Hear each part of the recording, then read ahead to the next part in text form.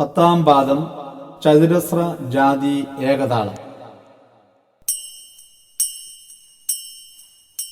ഇവണ്ണം കേട്ടും കീഴയവാറെ ഇവരെ കൊണ്ടവണ്ണം വേണമെന്ന് ഇണ്ടൽ പേരുത്തു വിളിച്ചു ചോഴൻ.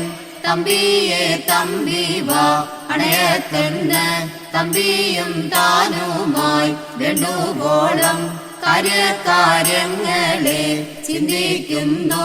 അല്ലലായി രാജനി വണ്ണം ചൊന്നാൽ എന്നോടെ തമ്പി നീ കേൾക്ക വേണം. തരണിപ്പോൾ നമ്മുടെ വചകാലം പെട്ടപ്പോൾ പെട്ടിട്ടില്ലാക്കും മുൻപേ നാടുവാഴുന്ന ദ്രോഹന്മാർക്കാർക്കും നാണക്കേടിതുപോലെ വന്നിട്ടില്ല. നാടിനി ഞാൻ വാഴ്വാൻ യോഗ്യം പോരാ, തമ്പി നീ വേണ്ടും പോൽ പരിപാലിക്കാം.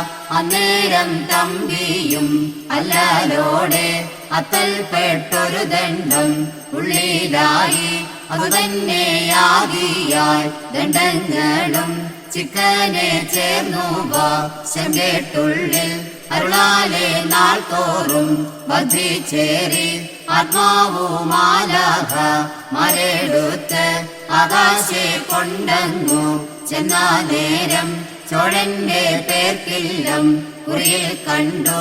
അക്കൂറി വായിച്ച് അറിഞ്ഞ ശേഷം അകമ്പൂക്കു കണ്ടവൻ അതിൽ നിന്നെല്ലാം അമ്പോടെ മൂന്നിനു ബിംബം പോലെ അവോളം തരമുണ്ടേ തീർത്തു ചൊൽവാൻ.